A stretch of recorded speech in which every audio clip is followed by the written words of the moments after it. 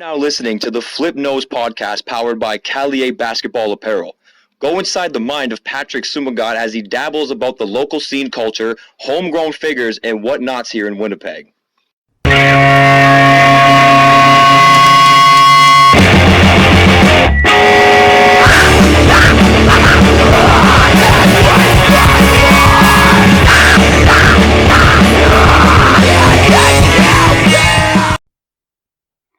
Yes, sir. Dre Gonzales, Filipino Night. Proud to say, may nakilala na akong licensed commercial pilot. We're proud of you in Circle. Mga kaibigan natin, we're all proud of you, pare. Yeah. Galing. Thanks. Bro, anong feeling? Masaya. It's a relief. Yeah, because being a pilot's it's not a walk in the park. Eh. Goddamn. Like, real life pilot right in front of me right now. Bro, explain natin, unti-unti natin explain yung pinagdaanan mo. Like, the struggles, yung mga kailangan mong gawin. Kasi, pag in-upload natin yung podcast, may magtatanong, posible pala. Kasi,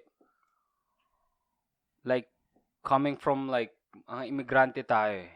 Minsan nagsisettle na lang tayo na we made it to Canada, and yun na yung ibang, hindi naman sinasabi kung yun lang yung dream mo, na makapunta ka, makagka-passport ka ng Canadian citizenship.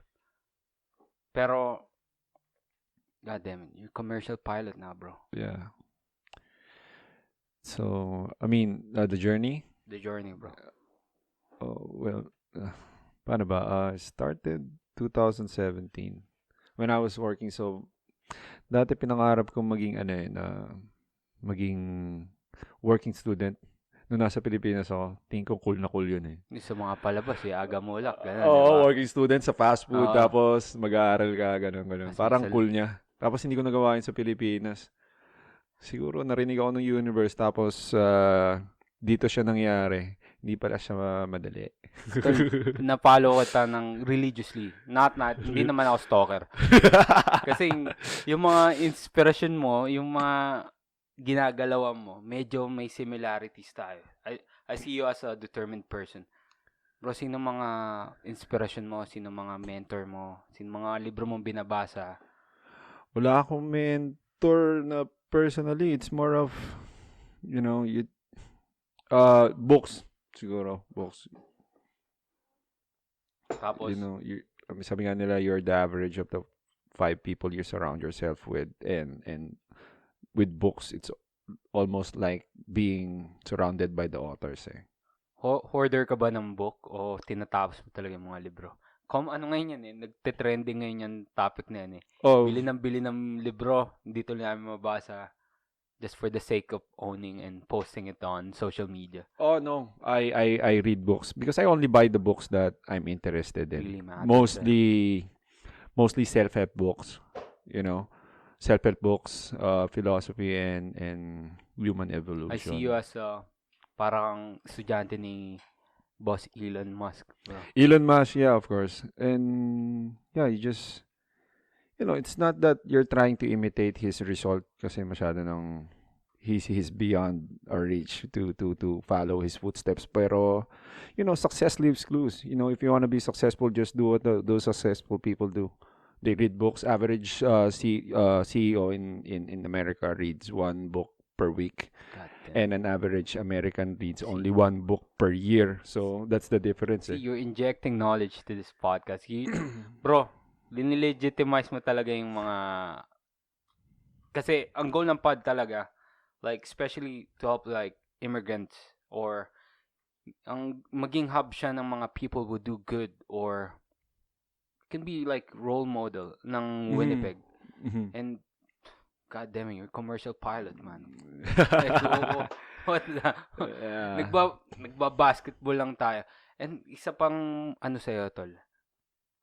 Medyo yung parang may masikreto ka. Alam mo, hindi mo nakakis-kiss ang balikat kita tapos piloto pala si Dre, man. Come on. And then hindi ko naman sinasabing people have to treat you differently, pero you did something na a lot of people can't do right now because they're trying to settle on what you have, or maybe yung sa commitment sa family, pero you're living example right now, bro. Yeah, so think ko the only difference nung when I got my PPL license, and then it just dawned on me, you know what? It's not that esoteric that it's limited to certain kinds of people of being a pilot. It's just really economics. If you can pay it and if you really want it, you can do it. Ang problema lang yung iba, they can, and then they just convince themselves na hindi nila kaya because it's parang sasabihin nila mahal yun. Parang ganito nangyayari. Okay, gusto ko rin yan gusto ko rin maging piloto pero mahal yan, wala akong pera.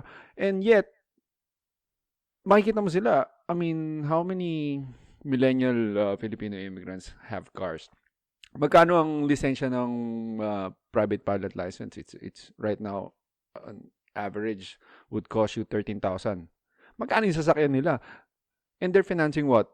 20, 30,000 cars. Then you gotta pay for like 6 years. Yeah, you're investing on something that depreciates.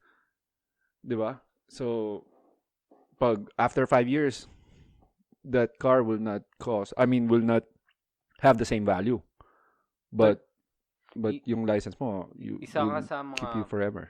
Naging inspirasyon ko rito That's why I went back to schools kasi may time ako kung ano-anong kabulbulan ginagawa ko. Holy, Dre, you drive a bus, you go to school, you take your flight hours, and you go to work. Like, ang daming excuses.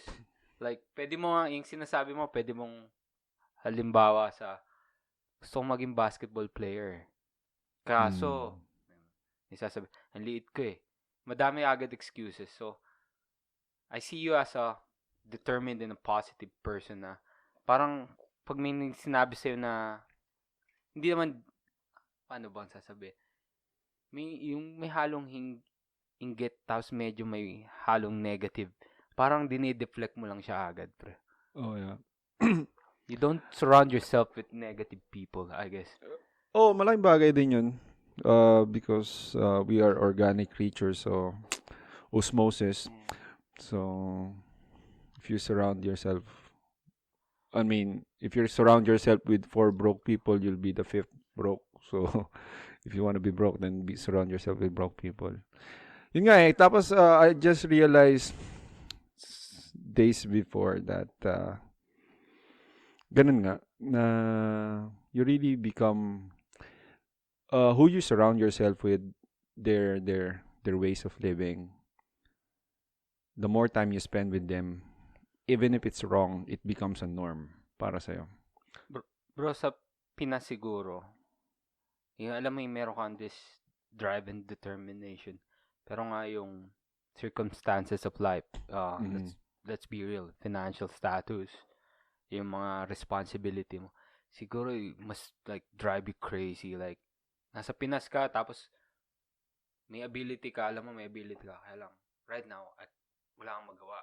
Kasi I have to worry about my like day-to-day expenses. Like, so, like, yung point na gusto kong sabihin, like, tayo as immigrants, nandito na tayo, might as well make the most out of it. Magtanong kayo kung paano, hindi masama ang magtanong.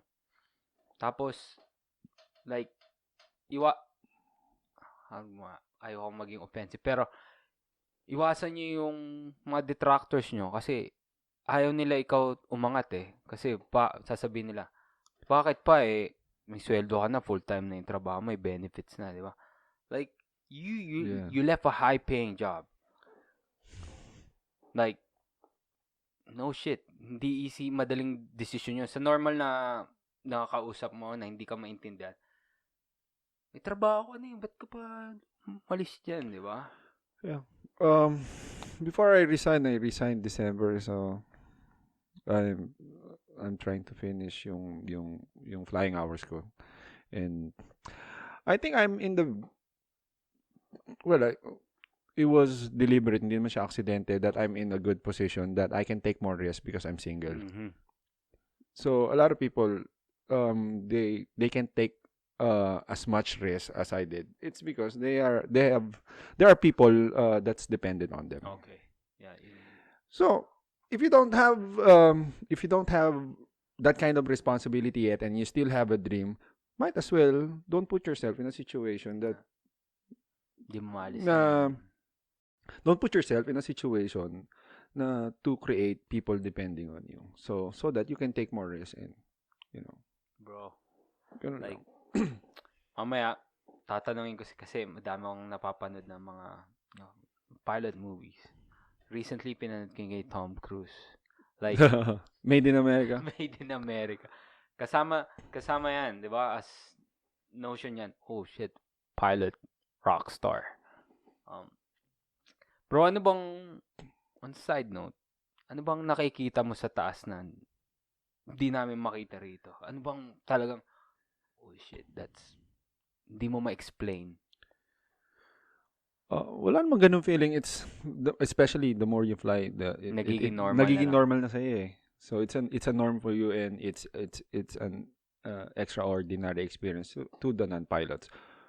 Pero of course you're still grateful and you appreciate. You don't take things for granted.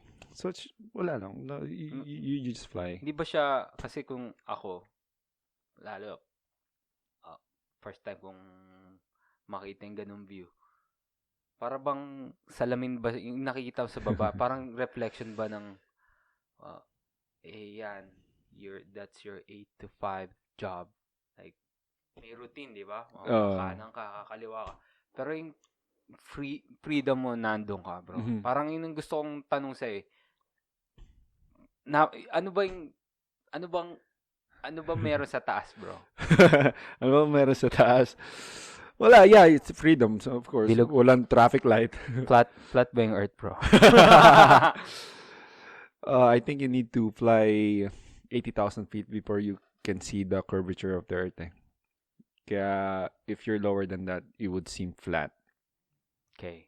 I'm not gonna dive into that kasi that's another content that would madaming 2 hours na content yan. Yeah. I've been reading and watching like I don't know what, hindi ko alam basta kasi hindi ko alam eh.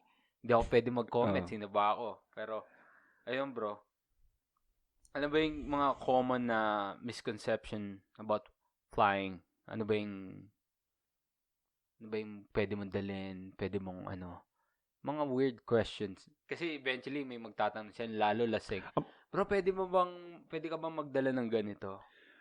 Oh no, it's the same with airlines. Like commercial. You can't carry dangerous goods. And you're limited sa weight din, limited. Ang madalas na tatanong na re-receive kong tanong kung may parachute ba eh. Kung may parachute ba, kasi natatakot sila eh. Kung when you fly, may parachute ba doon? Baka mamaya mag-crash tayo. Ang tanong ko naman sa kanila kung may parachute, I mean, do you know how to operate a parachute? You have to go to jump school.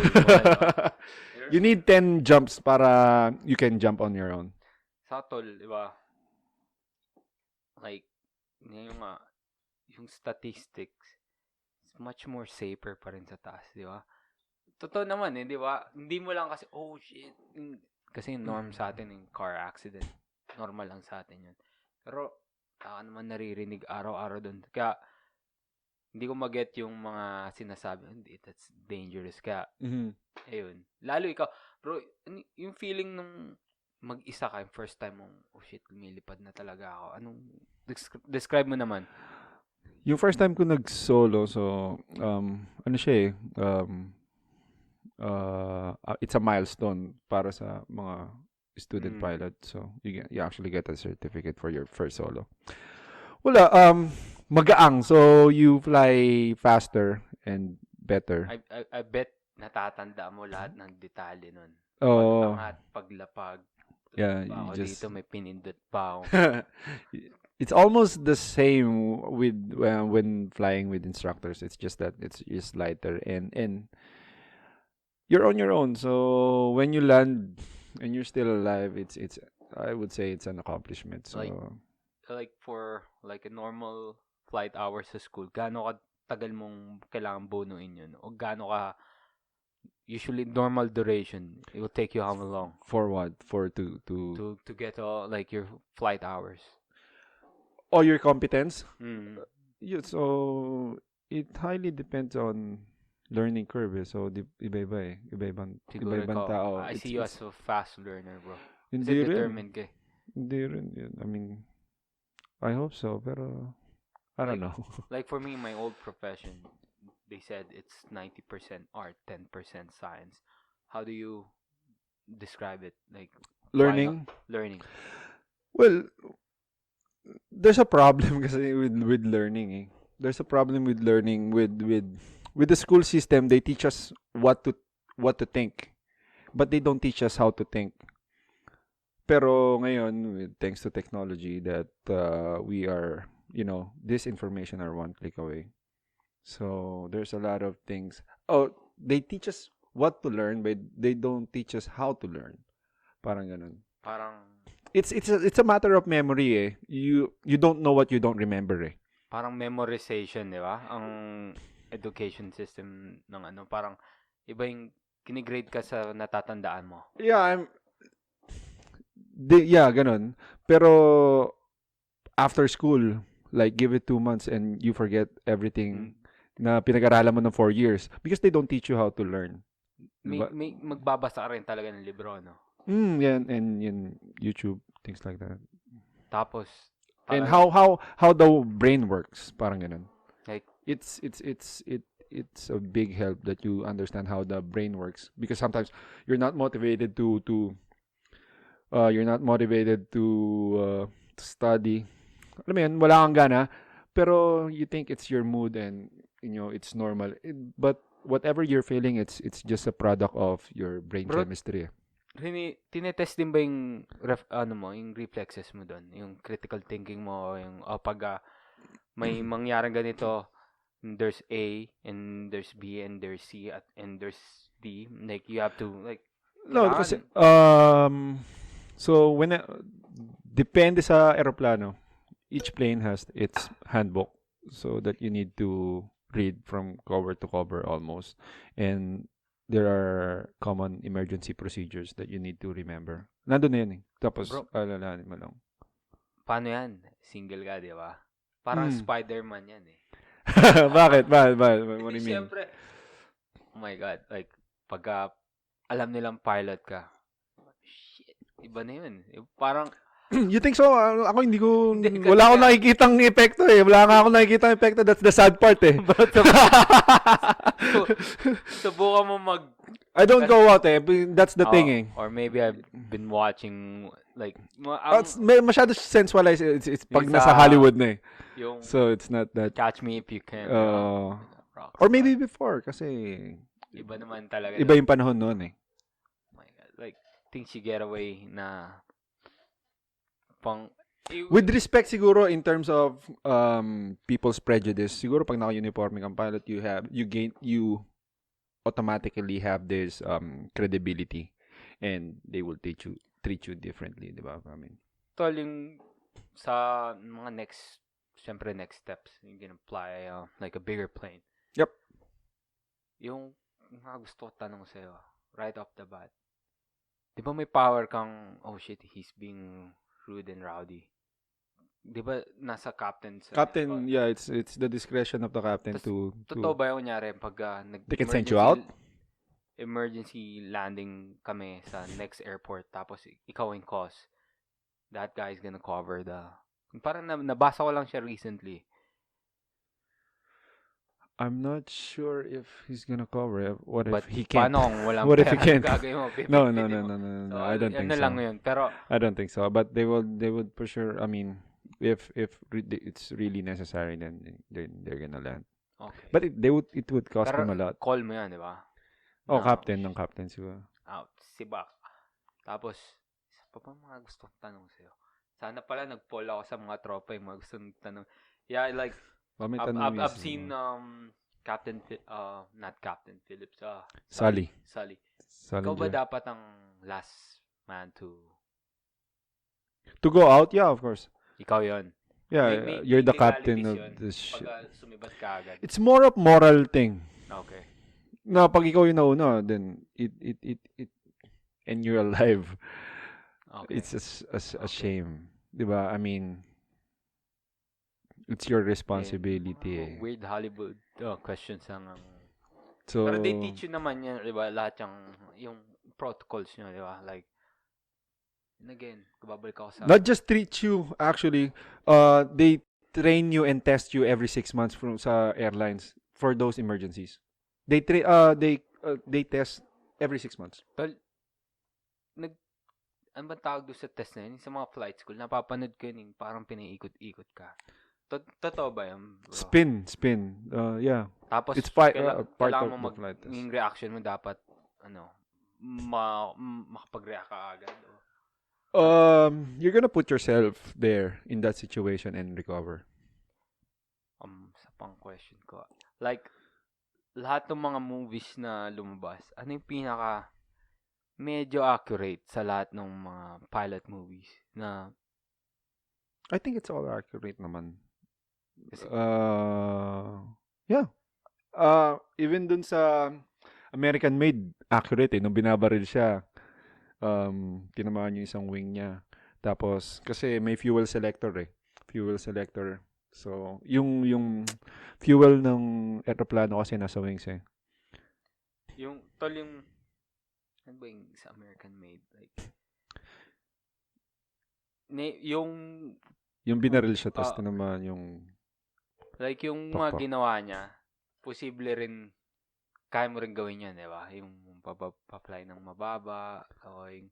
Paano yung sa radar pala?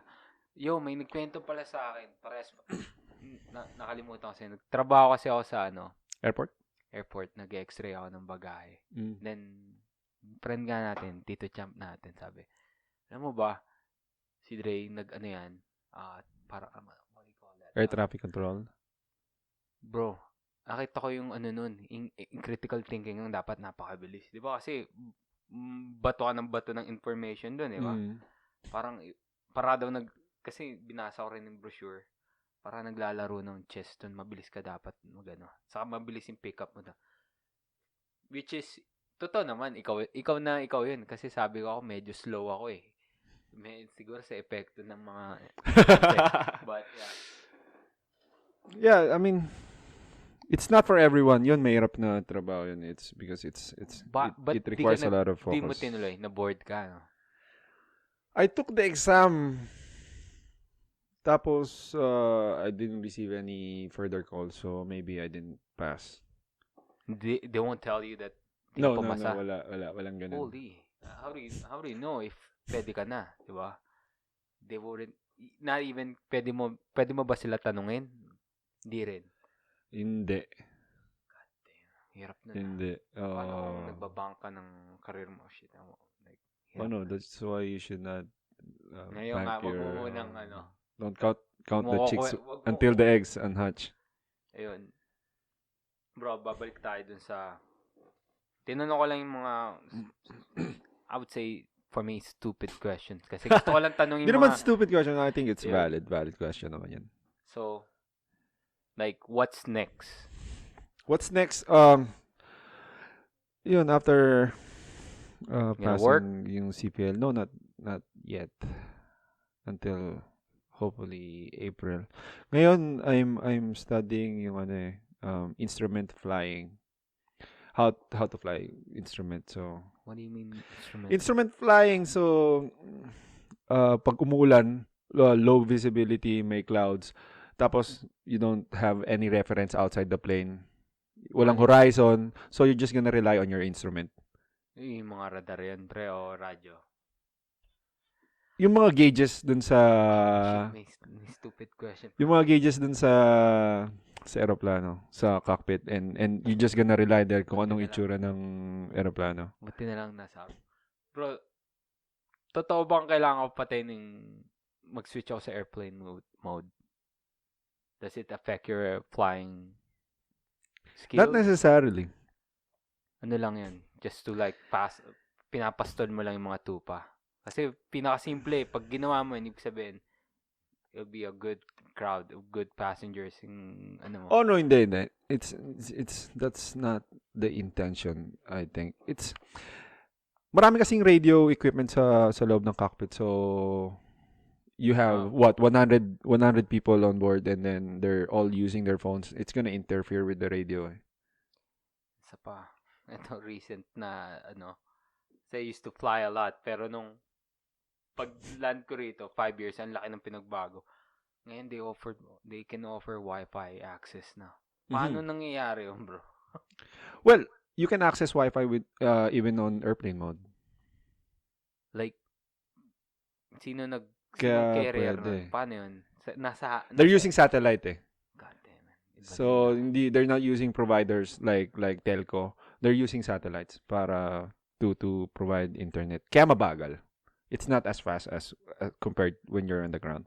Like, yung sa field nyo, syempre, mini-mention yan yung mga what's next. Like, ano ba yung mga next na improvements ng aviation? The design? Ano bang usually pinagpo-focus ang... Well, especially now that we are all aware of the climate change, global warming, aviation constitutes for 3% of the global carbon emission. So they're trying to reduce the 3%, 2%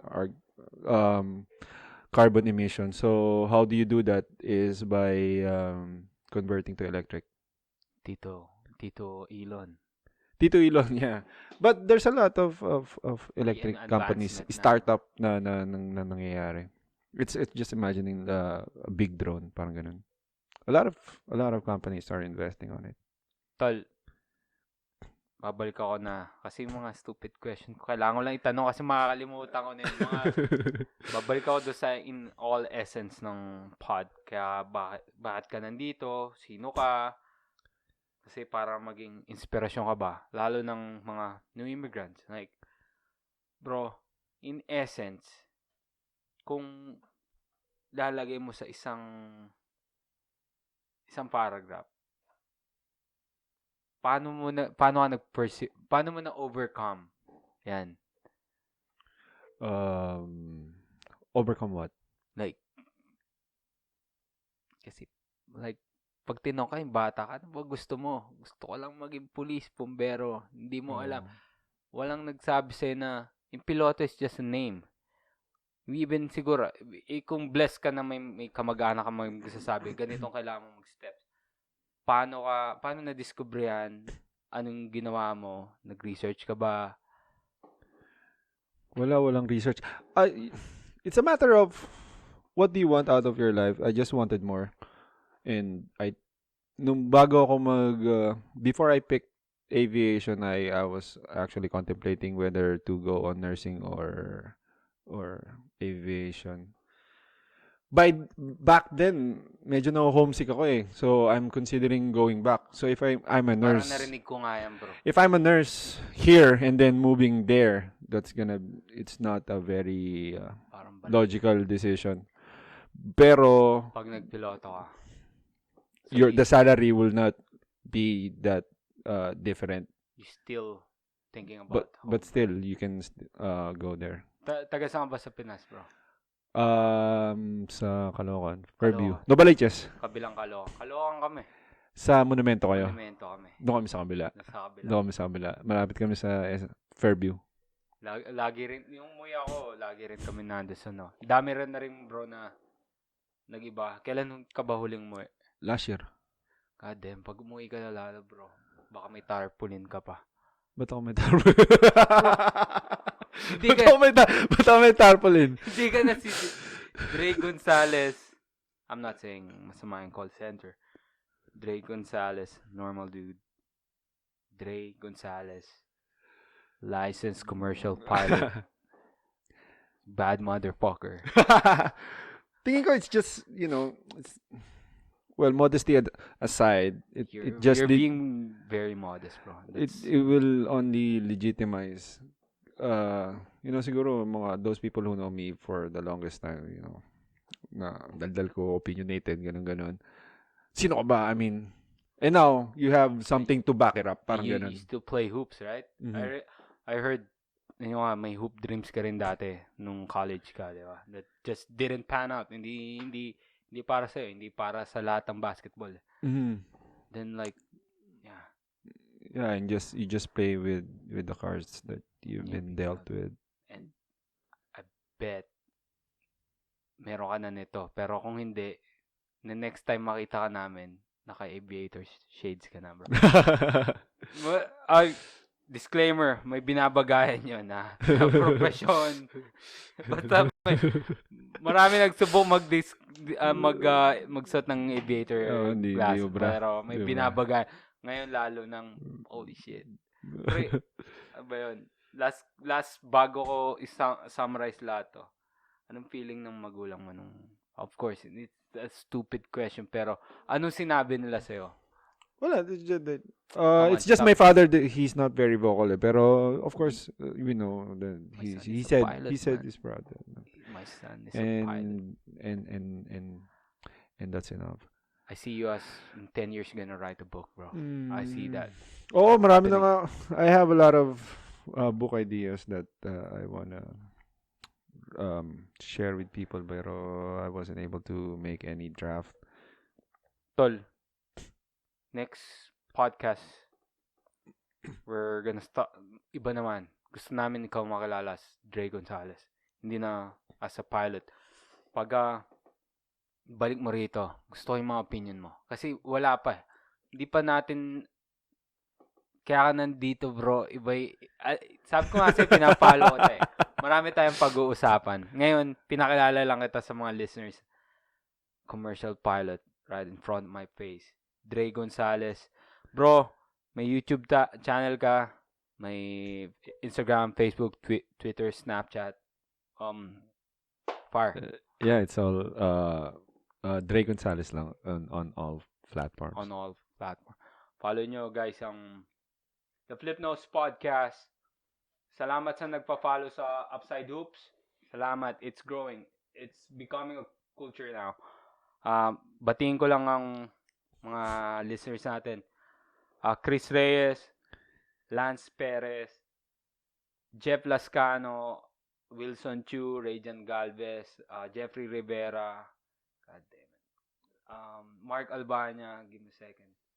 Ang dami pa from hit na to sa ewan ko ba't pinakinggan, sinong bobo ba itong nagsasalita din sa mic? Gerard Mendoza, sa aking mga babes natin dyan sa Caloocan, sa Malabon, Quezon City. The Flip Nose Podcast, salamat sa Sea Level 100. Sarap ng pagkain nyo. Vegan power. That's it. Salamat, Dre Gonzales. Tropa, proud of you. Tol. Thank you. Flag bearer. My God, licensed pilot. Hindi ko masama. Next time mag-usap tayo ng hindi na ganito formal kasi mas masaya. Pero kilala ka na nila. Salamat, tol. Galing. Ayos. Thank you. Passion,